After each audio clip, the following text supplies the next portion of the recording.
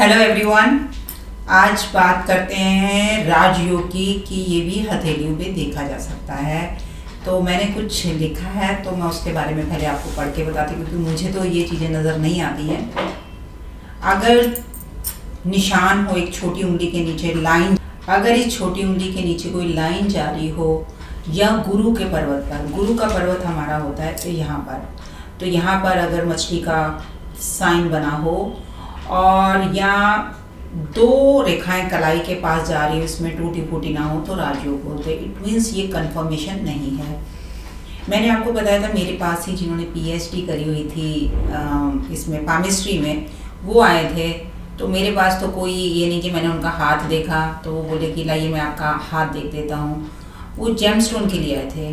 तो आपका मीठा खाने की इच्छा होती है, आपका ये है, आपकी लाइफ में स्ट्रगल बहुत है। तो मैं सुनती रही 15 मिनट, लेकिन मैंने कुछ नहीं कहा। मैंने घड़ी पर निगाह मारी और सारा उनको बता दिया कि आपने ये कैसे किया। मैंने कहा इसमें सत्यता कितनी % है, बस वो मैं क्या आप 10-15 साल ऊपर नीचे कर रहे हो ना, तो क्या है कि बड़ा दिक्कत वाली बात हो जाएगी। मैं क्या, देखिए ये होता प्रश्न हो रहा शास्त्र, अगर कोई आया है तो उसके बारे में आपको पहले ये पता होना चाहिए। तो खैर ये एग्ज़ाम नहीं था किसी भी गुरु का, किसी गुरु के साथ कोई एग्ज़ाम नहीं। वो उसमें महारत है कि उनको पामिस्ट्री पे ज़्यादा यकीन है, मुझे एस्ट्रोलॉजी पे यकीन है। एस्ट्रोलॉजी में भी मुझे डेट ऑफ बर्थ, टाइम, अगर किसी के पास टाइम नहीं है तो भी मैं प्रश्न पूरा शास्त्र ही लेती हूँ, टाइम और काल। और ऐसा नहीं कि राजयोग नहीं है, राजयोग होता है। अगर राहु केतु का डिस्पोजिटर दृष्टि संबंध में है तो राजयोग है। केतु का डिस्पोजिटर राहु के साथ है तो राजयोग है। अगर राहु का डिस्पोजिटर केतु के साथ है तो राजयोग है। तो ऐसे कितने बच्चों के तो कह सकते हैं राजयोग है? नहीं, जब तक ये पूरा कॉम्बिनेशन राहु केतु की डिस्पोजिटर का 11th लॉर्ड के साथ नहीं बनता है, तब तक हम नहीं कह सकते हैं। और टोटल प्लैनेट में से कितने प्लैनेट का योग बन रहा है। सबसे पहले कि सिर्फ मैंने पढ़ा, और आप जीव कला नाड़ी ज्योतिष इनसाइट इन नाड़ी इस बुक में पढ़िए, वाइस एंड वर्सा कह के जो छोड़ा गया उसकी रिसर्च किसने करनी है? हम स्टूडेंट ने। तो आप देखिए 9 प्लैनेट में से मैं आपको मोटा एग्जांपल दे रही हूँ, लता जी का है राजयोग। मिथुन लगन है और डिस्पोजिटर जो बैठा है 11th लॉर्ड का 11th में है। मंगल जहां बैठेगा उस घर को खराब कर देगा। पति का सुख नहीं, बच्चे का सुख नहीं। वाइस एंड वर्सा, फ्रेंड्स ज़्यादा होंगे या एनिमीज। तो 11th हाउस उनका था, उन्होंने किसी को फ्रेंड्स नहीं बनाए तो उनके एनिमी ज़्यादा रहे। देखिए किसी में टैलेंट होता है ना तो लोग उससे जेलसी करते ही हैं। खैर ये लता जी का नहीं है। मैं बता रही हूँ कि मैंने राजयोग पर जब रिसर्च करी तो पहले तो ये यकीन होना चाहिए कि राजयोग है। लेकिन मैंने ही 15 साल में हाईएस्ट कह सकती हूँ 5 पुरुष को जो मेरे पास आते हैं, जिनको मैं कहती हूँ हाँ इनमें राजयोग है। क्योंकि पैसा आना चाहिए। राजयोग का मतलब ये नहीं कि आप हाथी घोड़े खरीद के बैठे हो, जिसके पास पैसे की कमी नहीं, जो कहते हैं ना सिल्वर स्पून लेकर पैदा हुआ है, तो मतलब इसको कभी स्ट्रगल नहीं करना पड़ेगा। क्योंकि अगर बच्चा उनके घर पैदा भी हुआ ना तो सोच लीजिए वो सारा कर्म फल किसको जा रहा? माँ बाप को। तो माँ बाप उसको परोस के वो चीज़ देंगे। अभी रिसेंट की बात है, जनवरी में बच्चा बॉर्न हुआ है तो उसका बहुत अच्छा हॉरोस्कोप है।